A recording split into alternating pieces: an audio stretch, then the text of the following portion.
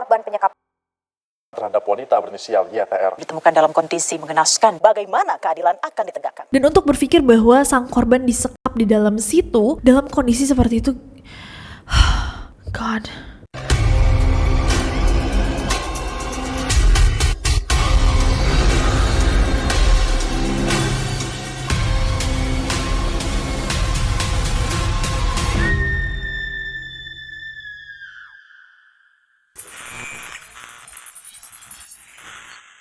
Hey guys, it's Nessie and welcome back to Neror. Pada tanggal 21 Juni tahun 2026, masyarakat Indonesia dihebohkan dengan sebuah berita yang sangat mengerikan, bahkan sampai saat ini masih sulit untuk dipercaya dan dicerna. Berita penganiayaan dan penyekapan seorang perempuan oleh kekasihnya di Kabupaten Bandung, Jawa Barat. Keluarga dan kerabatnya tidak terbayang bahwa selama 3 tahun terakhir, korban bukannya bekerja di kota Jakarta, tapi ternyata tidak berkabar karena ia telah disekap dan dianiaya di sebuah kos-kosan kecil tanpa punya peluang untuk membebaskan diri. Selama 3 tahun dia harus melalui hari-hari yang dipenuhi ketakutan, penyerangan, dan menahan sakit luar biasa. Sampai akhirnya ketika pihak keluarga dihubungi, mereka diberitahu bahwa sang korban telah mengalami kecelakaan. Kecelakaan yang meninggalkannya dalam kondisi buta permanen, bibir sumbing, sulit bicara, sulit berjalan, dengan kondisi fisik yang sangat buruk saking buruknya. Adik korban sulit mengenali kakaknya sendiri. Tapi bukan kecelakaan yang melakukan ini padanya, karena realitanya jauh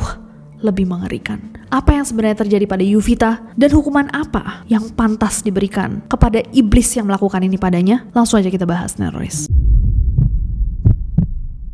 Jujur Neroris, pas aku baca tentang kasus ini, aku ngerasa lututku lemes. Bahkan sebelum detail kronologinya keluar, dengan mengetahui kondisinya, aku gak bisa berhenti mikirin apa yang telah dia lalui selama 3 tahun itu. Jadi apa yang sebenarnya terjadi? YTR, atau yang dipanggil sama keluarganya di media-media sebagai Yuvita, adalah seorang perempuan berusia 26 tahun yang berasal dari Rancaekek, Kabupaten Bandung, Jawa Barat. Yuvita ini adalah seorang pekerja pabrik, dan pabriknya itu juga terletak di daerah atau kawasan Rancaekek. Nah, di tahun 2023, Yuvita mendapat kabar dari perusahaannya bahwa dia tuh akan dimutasi. Dia akan dipindahkan ke kawasan Pasteur di Bandung. Akhirnya dia minta izin sama keluarganya untuk ngekos nih di tempat yang lebih dekat, di kawasan Pasteur. Akhirnya dia mendapatkan kos-kosan yang pas, dia tinggal di sana, bekerja juga di Pasteur, dan seminggu sekali dia akan pulang ke rumah keluarganya di Rancaekek. Nah, suatu hari Yuvita tuh menghadiri konser musik di Tritan Point Bandung. Dan di konser tersebut dia bertemu dengan seorang pria bernama Taufik Hidayat. Seorang pria berusia 27 tahun yang terlihat baik. Mereka sempat ngobrol-ngobrol, ternyata cocok, akhirnya bertukar kontak. Nah, setelah pertemuan pertama di konser musik itu, Yuvita sama Taufik ini sering ngobrol. Dan semakin lama mereka tuh semakin nyaman, guys. Akhirnya dua-duanya memutuskan untuk berhubungan asmara, berpacaran. Setelah cukup lama mengenal Taufik, Yuvita ingin mengenalkan Taufik pada keluarganya. Akhirnya ada kesempatan di mana Yuvita mengajak Taufik untuk bertemu sama keluarganya. Keluarganya akhirnya ketemu nih sama pacarnya Yuvita. Semuanya berjalan dengan baik. Keluarganya juga merasa bahwa Taufik nih kayaknya pemuda yang oke, gak neko-neko, gak ada kecurigaan apapun sama sekali. Tapi memang setelah pertemuan Taufik dengan keluarganya Yuvita ini, Yuvita jadi sulit untuk dihubungi. Dia kelihatan lebih sibuk. Keluarganya mikir ya mungkin dia sibuk sama pekerjaannya, terus dia sekarang punya pacar. Ya mereka mencoba untuk menerima perubahannya Yuvita. Toh sesekali dia juga tetap memberi kabar. Nah, sampai suatu hari Yuvita tuh mengabari keluarganya bahwa dia akan dimutasi lagi ke Majalengka untuk kurun waktu selama 3 bulan. Mendengar kabar itu, keluarganya Yuvita mengizinkannya untuk pindah ke Majalengka, meskipun pada saat itu dia minta izinnya itu tidak secara langsung, jadi cuma lewat telepon. Nah, begitu dia pindah ke Majalengka, dia lebih jarang lagi mengabari keluarganya. Dari awalnya yang dia mengabari setiap hari, kemudian udah cukup jarang gara-gara dia sibuk, sekarang tuh tiba-tiba dia bisa ngabarin cuma sebulan sekali. Awalnya kakaknya Yuvita sama istrinya, A sama M, itu mengira bahwa kayaknya Yuvita tuh sebenarnya masih kerja di Pasteur, tapi mungkin dia mau menutup-nutupi dari keluarganya gitu tentang apa yang terjadi di hidupnya. Jadi dia bilang bahwa dia pindah. Nah, untuk mengecek kecurigaannya, A sebagai kakak laki-laki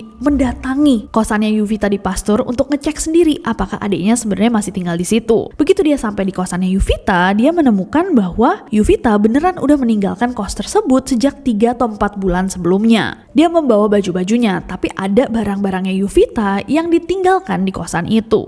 Nah tentunya A sebagai kakaknya Yuvita bingung. Kalau adiknya pindah, kenapa barang-barangnya masih ada di sini? Berarti dia bayar 2 kosan dong di waktu yang sama. A pun bertanya sama Yuvita, kamu ngapain kosan di 2 tempat sekaligus? Nah Yuvita bilang sama kakaknya bahwa iya, aku tuh masih membayar kosan di kawasan Pasteur itu sejak aku pindah ke Majalengka 3 bulan yang lalu. Walaupun sedikit aneh, tapi ya bisa diterima, mungkin dia butuh tempat gitu guys untuk barang-barangnya yang gak mau dia bawa. Dan karena hal itu cukup jelas, A sama keluarganya Yuvita percayalah bahwa memang Yuvita itu bekerja di Majalengka. Nah tapi sejak dia dimutasi ke Majalengka, Yuvita yang setiap bulannya mengirim uang untuk mamahnya tiba-tiba stop ngirimin. Nah karena dia tiba-tiba stop ngirim dan gak ngasihin clue atau konteks apapun, keluarganya Yuvita itu curiga ada sesuatu yang salah. A lagi-lagi memutuskan untuk pergi ke perusahaannya Yuvita di kawasan Pasteur untuk mendapat informasi tentang mutasinya ke Majalengka. Nah sesampainya di perusahaan itu, hari itu A bertemu nih sama orang-orang lain yang bekerja di perusahaan itu, berarti rekan-rekannya Yuvita lagi nongkrong. A langsung aja mendatangi mereka terus nanya, adik saya Yuvita dimutasi ya ke Majalengka. Nah salah satu temannya Yuvita bilang bahwa oh enggak, Yuvita itu resign sekitar 3 atau 4 bulan lalu. Hah, resign? Enggak, dia bilang dia dimutasi. Enggak kok, beneran dia resign. Tapi emang aneh sih, yang nganterin surat resignnya itu bukan Yuvita sendiri, tapi seorang laki-laki. Dia bahkan sempat marah-marah tuh sama HRD. Dia bilang bahwa pacarnya selama kerja di sini terlalu diforsir. Nah setelah mendengar itu, A kaget. Langsung dia balik, dia cerita sama istrinya, M. Terus M bilang, aduh bener lagi, aku tuh udah curiga jangan-jangan Yuvita nih dibawa kabur sama pacarnya. Langsung pada saat itu juga M mengambil tindakan guys dengan membagikan postingan mengenai Yuvita sebagai orang hilang di Instagramnya. Di dalam foto orang hilang itu, M juga memasukkan fotonya Taufik. Dan ternyata postingan tersebut direspon sama banyak orang. Salah seorang yang melihat postingan tersebut viral di media sosial menghubungi A dan memberikan informasi bahwa Taufik itu ternyata adalah anggota Ormas. Akhirnya A juga mengunggah postingan orang hilang tersebut di grup Ormasnya Taufik. Walaupun postingannya udah viral, selama berbulan-bulan mereka mencari Yuvita, mereka nggak berhasil menemukan Yuvita di mana. Tapi beberapa bulan setelah postingan itu diunggah, suatu hari A mendapatkan telepon dari Yuvita. Di telepon itu Yuvita ngamuk-ngamuk meminta postingan yang ada di media sosial untuk dihapus. A sebagai kakaknya Yuvita bilang, oke, boleh dihapus tapi kamu pulang ke rumah. A juga bilang sama Yuvita, kamu bohong kan? Kamu nggak dimutasi ke Majalengka. Aku datangin teman-teman kerja kamu, mereka bilang kamu resign. Yuvita masih marah-marah di telepon dengan amarahnya semakin memuncak. Bilang bahwa iya, aku pindah ke Jakarta. Hapus nggak postingannya? Orang aku udah nggak berhubungan sama Taufik. Kenapa kamu pindah ke Jakarta? Aku emang memilih untuk merantau ke Jakarta karena aku nggak mau nyusahin keluarga. Mendengar itu, A cukup luluh. Keluarga Yuvita mencoba untuk memaklumi bahwa ternyata dia pindah ke Jakarta tanpa bilang-bilang karena dia nggak mau merepotkan orang lain. Ya udah, abis itu A sama keluarganya cuma bilang, ya udah kalau kamu mau kerja di Jakarta nggak apa-apa. Tapi jangan lupa untuk tetap pulang, kita semua mikirin kamu loh. Ya udah, abis itu keluarganya taunya bahwa Yuvita kerja di Jakarta. Tapi semakin lama semakin jarang Yuvita video call atau mengabari keluarganya. Beberapa kali dia menelpon mengabari itu cuma pakai telepon suara. Dan dia ngabarin sekali, abis itu berbulan-bulan gak ada kabarnya lagi. Sesekali karena Yuvita udah lama banget gak ngontak keluarganya, A kembali cemas. Kenapa nih adiknya kemana? Dicoba dihubungi sulit banget dan dia kembali curiga. Akhirnya dia kembali memposting berita orang hilang mengenai Yuvita di media sosial. Gak lama setelah diposting baru nih Yuvita ngontak lagi. Tapi kali ini dia cuma ngontak lewat teks atau lewat chat. Dia berjanji sama keluarganya bahwa dia akan pulang saat lebaran haji. Keluarganya menunggu-nunggu Yuvita untuk datang, tapi dia tidak kunjung muncul. Pihak keluarga yang lagi-lagi gak tahu Yuvita di mana memposting kembali berita orang hilang di media sosial. Saat lagi-lagi postingan itu viral, Yuvita telepon lagi, marah-marah sama keluarganya, minta postingan yang diturunkan. Nah pada saat itu kakak ipar Yuvita, M, yang perasaannya udah campur aduk, dia gak percaya bahwa Yuvita baik-baik aja, bilang sama Yuvita, kalau kamu gak pulang, pihak keluarga akan segera melaporkan ke polisi. Mendengar ancaman itu, Yuvita malah ngancem balik. Dia bilang, kalau berani laporkan ke polisi, saya gak akan pulang selamanya. Di poin ini, keluarganya Yuvita bingung banget guys. Karena di satu sisi mereka merasa mengenal Yuvita dan Yuvita biasanya gak seperti ini. Mereka merasa bahwa sesuatu yang buruk telah terjadi sama dia. Tapi di sisi lain mereka mendengar langsung dengan suaranya dia marah-marah marah-marah di telepon seperti dia benci keluarganya dan sudah tidak mau menjalin hubungan. Berbulan-bulan kemudian, karena sudah sedikit pasrah dengan keadaan, keluarga Yuvita tak lagi membagikan info orang hilang di media sosial. Walaupun sulit untuk dipahami, mereka mencoba untuk mengerti apa yang diinginkan Yuvita. Sampai di November tahun 2025, Yuvita tiba-tiba menelpon keluarganya terus bilang, "Kalau saya pulang, apa saya masih dianggap anak?" Kakaknya Yuvita, A, langsung bilang, "Pasti, tentu. Kami akan selalu menerima kamu, Yuvita, apapun kondisinya." Dan pada saat itu, Yuvita meminta kakaknya untuk menjemputnya di sekitar daerah Ranca Ekek. A senang banget dengar permintaan adiknya. Dia langsung pergi, dia menunggu adiknya di lokasi yang sesuai dengan yang diminta Yuvita. Dia menunggu di tempat yang sama. Waktu berjalan, dia sudah menunggu lama. Yuvita tak kunjung datang. Dan tidak sesuai harapan, pada November 2025 itu, Yuvita tidak kembali ke rumah. Berbeda dengan apa yang dikatakan Yuvita di telepon, Yuvita ternyata masih menjalin hubungan dengan Taufik. Bahkan selama Yuvita itu jauh dari keluarganya dan tidak memberikan kabar, mereka berdua sering berpindah-pindah tempat tinggal di sejumlah wilayah di Bandung dan sekitarnya. Dan pada 9 Maret tahun 2026 kemarin, Yuvita dibawa ke rumah kos di wilayah Cinunuk, Kecamatan Cileunyi, Kabupaten Bandung. Dan saat itu Yuvita sudah dalam kondisi lemah, bahkan dia tidak bisa berjalan. Dia harus dipapah sama Taufik menuju kamar. Saat memasuki kos itu, pemilik kos yang bernama Resa sempat bertanya,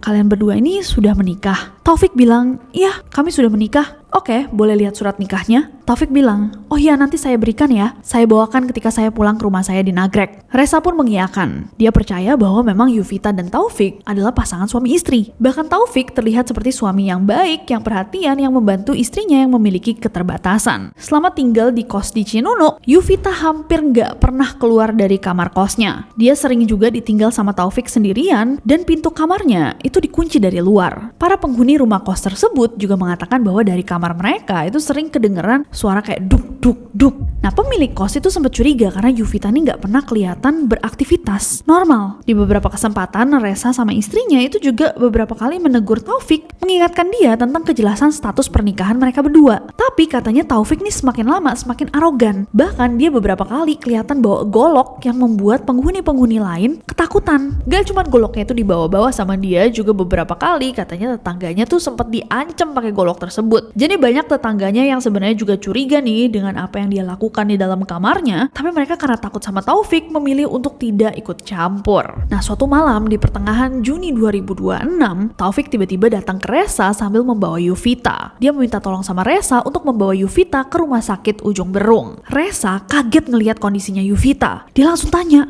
"Kenapa dia, kenapa?" Taufik bilang, "Iya, Yuvita jatuh." Tanpa lebih banyak pertanyaan, karena udah parah banget kondisinya pada saat itu, Resa sama Taufik membawa Yuvita ke rumah sakit. Dan sesampainya di rumah sakit, Yuvita langsung ditangani dan lukanya dibalut. Nah, ketika tim dokter dan perawat yang ada di rumah sakit itu melihat kondisinya Yuvita, mereka kayak, "Gak bisa, ini terlalu parah." Dia langsung dirujuk ke Rumah Sakit Hasan Sadikin Bandung. Nah, sesampainya di RSHS, petugas medis yang ada di sana itu juga kaget guys ngelihat kondisinya Yuvita. Mereka langsung bilang, "Ini kenapa dia, kenapa kok kondisinya bisa separah ini?" Tentunya tindakan medis besar harus segera dilakukan. Pihak rumah sakit langsung bilang sama Resa untuk menghubungkan mereka ke keluarganya Yuvita. Nah, Resa langsung bilang, "Oh, ini tadi kami datang bersama suaminya kok, suaminya Yuvita, Taufik." "Mana suaminya, mana?" kata pihak rumah sakit. Resa langsung nyari, "Hah? Loh, tadi ada." Taufik udah entah ada di mana. Nah, sehari setelahnya pada 10 Juni 2026, keluarga mendapatkan pesan WhatsApp dari nomor tidak dikenal. Nah, sampai hari ini belum diketahui siapa yang sebenarnya mengirimkan pesan ini, tapi pesannya itu mengatakan bahwa Yuvita berada di IGD RS Hasan Sadikin Bandung. Dia telah mengalami kecelakaan. Nah, langsung keluarga pada saat itu juga menuju ke rumah sakit. Nah, sesampainya di rumah sakit mereka langsung bilang, "Kami keluarganya Yuvita." Kemudian mereka diperbolehkan untuk ketemu Yuvita dan keluarga kaget luar biasa guys menemui Yuvita sudah dalam kondisi yang sangat memprihatinkan. Berdasarkan pemeriksaan yang dilakukan pihak rumah sakit, mereka menemukan bahwa mata Yuvita mengalami kebutaan permanen. Ada juga luka lama yang ditemukan di bagian kepala yang tidak pernah ditangani dengan baik sampai berubah menjadi infeksi. Masih di bagian kepala, ketika hendak dicukur, kondisi kepala Yuvita itu sudah bengkak, bahkan mengeluarkan nanah. Ada juga bagian yang memiliki belat.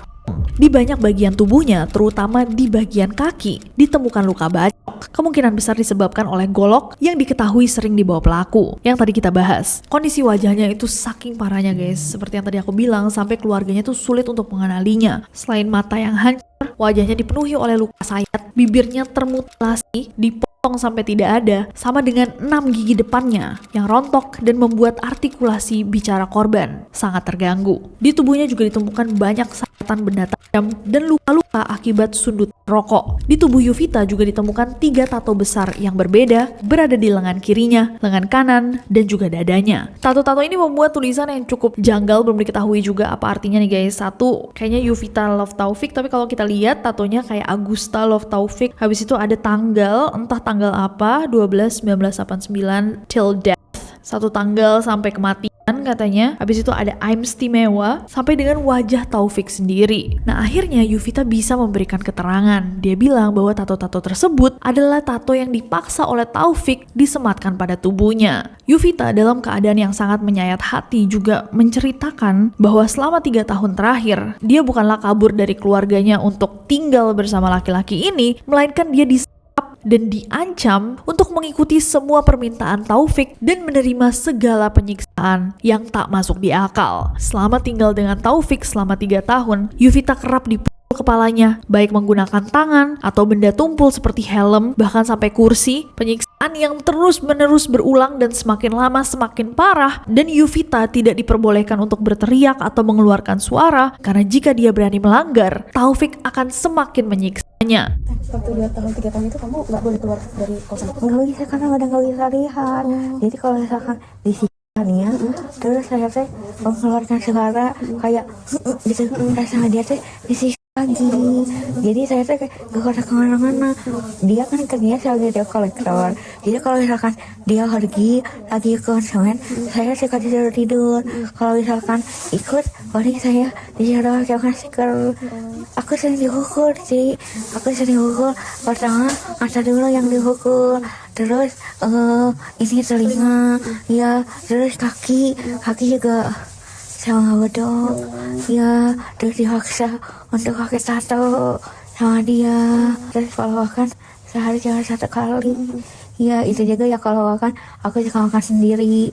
Terus sisanya bisa dibilang jarang mandi karena aku nggak bisa lihat ya, jadi mau mandi gimana gitu kan. Paling kalau sehari-hari kayak WAW gitu pakai pampers, dia yang suka beliin gitu kan. Aku tuh diantar ke sini sama yang punya kosan. Nah jadi ya dia tuh bisa motor lah, jadi aku tuh sama yang punya kosan pakai mobil ke sini. Tapi kamu pernah terlintas gitu sih bahwa kamu akan bisa pulang lagi gitu? Pernah terlintas gitu? Awalnya nggak ada, tapi ya namanya juga niat ya. Berdoa sama Allah, ya Allah gimana pun juga aku ingin pulang dalam keadaan aku juga gitu. Sekalipun dalam amit-amitnya dalam keadaan lagi pun gitu, setidaknya orang tua harus lihat aku kayak gimana gitu kan. Jadi ternyata selama dia disiksa, dia nggak berani juga ngambil resiko. Kalau misalkan dia teriak, terus orang-orang nggak ada yang dengar, kebetulan di kawasan lagi sepi, Taufik akan semakin menghajarnya. Yovita juga mengalami kekerasan seksual, di mana dia harus mengikuti kemauan Taufik untuk melakukan segalanya yang dia mau, termasuk hubungan dewasa. Jika ia menolak, Taufik akan menghajarnya. Salah satu penyiksaan yang paling parah yang harus dihadapi sama Yovita adalah ketika suatu hari, Taufik marah, mengamuk, dan dia mengambil gunting untuk memotong bibir Yovita. Selama 3 tahun Yovita menghabiskan hari-harinya menahan sakit dalam kondisi ketakutan dan antisipasi akan sejauh apa Taufik menyakitinya.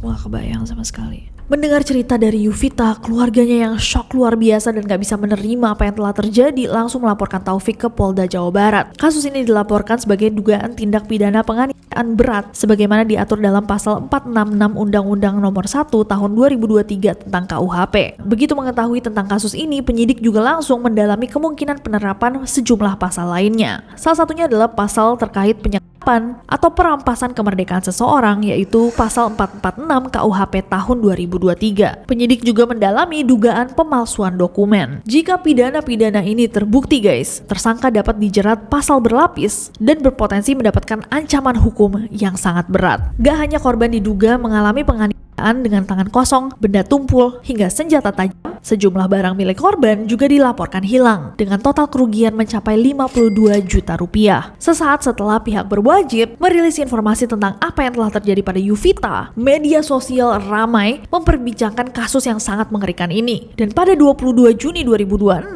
Polda Jawa Barat itu mulai memburu Taufik Hidayat. Gak cuma pihak kepolisian, orang-orang juga di media sosial saling memberikan informasi dan permintaan agar ketika ditangkap, Taufik bisa dihukum seberat-beratnya. Katanya di tengah-tengah penyelidikan, Resa, sang pemilik kos tempat mereka kemarin tinggal, itu sempat dapat pesan ancaman juga. Si pengirim mengancam menghilangkan nyawa Resa karena merasa dirinya telah difitnah. Ya, kita bisa assume bahwa ini datang dari Taufik. Pada 23 Juni tahun 2026, nama Taufik Hidayat itu resmi masuk ke daftar pencarian orang atau DPO, dan polisi mulai memburu informasi-informasi terkait Taufik. Tapi polisi juga menekankan agar Yuvita itu tidak dimintai keterangan selain oleh keluarga, dokter, dan para penyelidik. Mungkin karena kondisinya yang sangat buruk, jangan sampai ini akhirnya menjadi sesuatu yang secara tidak etis diburu sama media dan mengesampingkan kesehatan psikis Yuvita. Polisi juga pasti salah satu tempat yang didatangi pertama itu adalah kosan mereka. Dan ketika polisi masuk ke kosannya Yuvita sama Taufik, oh my god, itu kondisi kamar kos bener-bener gila banget. Kotor, jorok, berantakan luar biasa. Dan untuk berpikir bahwa sang korban disekap di dalam situ dalam kondisi seperti itu, God. Dan sehari kemudian pada 23 Juni 2026, jam setengah 7 malam 18.30, tim Polda Jawa Barat berhasil menemukan Taufik di sebuah perumahan Gria Pesona, Kecamatan Ciparai, Kabupaten Bandung. Dia langsung ditangkap dan diamankan ke polsek terdekat, Polsek Majalaya, kemudian dimintai keterangan. Taufik bilang bahwa rumah tempat dia ditangkap itu adalah rumah salah satu kerabatnya. Begitu ditanya kenapa ngumpet di situ, dia bilang, "Iya, saya tadinya yakin bahwa tempat itu aman dari kejaran petugas." Taufik ngaku bahwa di beberapa hari terakhir dia tuh pindah-pindah tempat guys untuk menghindari petugas. Tapi dia tidak mengaku bahwa dia telah menyekap Yuvita. Dia bilang bahwa dia bersama Yuvita 1,5 tahun, bukan 3 tahun. Dan dia juga bilang bahwa dia emang sering memukul Yuvita. Pernah pakai helm sebanyak 2 kali sampai giginya copot. Tapi matanya yang hampir mengalami kebutaan itu dia bilang dia tidak pernah mencungkilnya. Dia cuma memukul wajah Yuvita sampai mengenai matanya. 1 tahun tapi sakit itu mikir naon mana teh? 3 tahun kan mana tanya teh? 1,5 tahun. Kumaha disiksa pas nyongkel panon kumaha? Lain atuh nyongkel panon mana? Hah? Eta kunaon matana? Terus di kumaha? kunaon? Pakai naon? Pakai lem. Dan selama melakukan kekerasan itu, Taufik mengaku bahwa dia dalam kondisi mabuk. Dia mengonsumsi alkohol setiap hari, dan ketika dia ribut sama pacarnya, barulah dia main tangan. Dari keterangan yang didapatkan, Taufik mengaku bahwa dia bersalah dan akan mempertanggungjawabkan perbuatannya. Well, oke. Abis itu dia dites guys, sempat dites urin negatif, dia tidak mengonsumsi obat-obatan terlarang, tapi dia mengaku dia habis minum alkohol. Sampai saat ini Taufik masih ditahan di sel khusus Polda Jawa Barat. Polisi menempatkannya seorang diri di ruang yang diawasi ketat CCTV 24 jam. Nah, salah satu alasan aku sama NCC memutuskan untuk bikin video ini adalah karena saat ini polisi meminta orang-orang yang memiliki informasi lebih, termasuk orang-orang yang mungkin adalah korban Taufik di masa lalu, untuk maju, untuk come forward, memberikan keterangan agar Taufik bisa mendapatkan hukum yang sesuai. A lot of the times, di banyak waktu, banyak korban yang takut untuk menyuarakan kebenarannya karena banyak ketidakpastian, karena tidak mau terlibat, karena masih mencoba menyembuhkan diri, dan itu sangat bisa dimengerti. Tapi untuk kalian yang berani, bahkan dalam pesan anonimus atau minta perlindungan privasi pada pihak berwajib, kalian akan membantu korban untuk mendapatkan keadilan. Bahkan keadilan pun seringkali tidak adil. Apakah ada hukuman yang cukup berat untuk orang yang mampu melakukan ini? Mungkin enggak, tapi please tahu bahwa masyarakat Indonesia tidak akan hanya diam. Respon masyarakat udah cukup menjelaskan bahwa enggak ada alasan apapun yang mengizinkan seorang manusia untuk melakukan ini kepada manusia lainnya. Granted, aku mau ambil kesempatan ini untuk mendoakan Yuvita bersama dengan kalian. Semoga diberi kepulihan, baik secara fisik, mental, dan Yuvita diberikan kehidupan yang tenang dan bisa perlahan-lahan mempercayai orang lagi. Dan di atas segalanya, semoga Yuvita mendapatkan keadilan. Terima kasih semuanya yang udah nonton video ini, yang sudah merequest, yang sudah menemani aku dalam pembahasan yang sangat berat ini. Semoga kasus seperti ini tidak akan pernah terulang. Satu pattern yang aku mungkin mau tambahkan, sama sekali bukan untuk menyalahkan Yuvita, tapi kita bisa melihat pola bahwa ketika seorang manipulatif yang bermasalah mentalnya, jelas seperti Taufik ini, salah satu manipulasi awalnya adalah menjauhkan korban dari orang-orang terdekatnya, untuk mendapatkan kontrol, untuk menjauhkannya dari keamanan. Jadi berhati-hatilah dalam mempercayai seseorang, dan lagi-lagi semoga kasus ini tidak akan pernah terulang. Thank you very much. Kita ketemu lagi di video selanjutnya, and I'll see you then.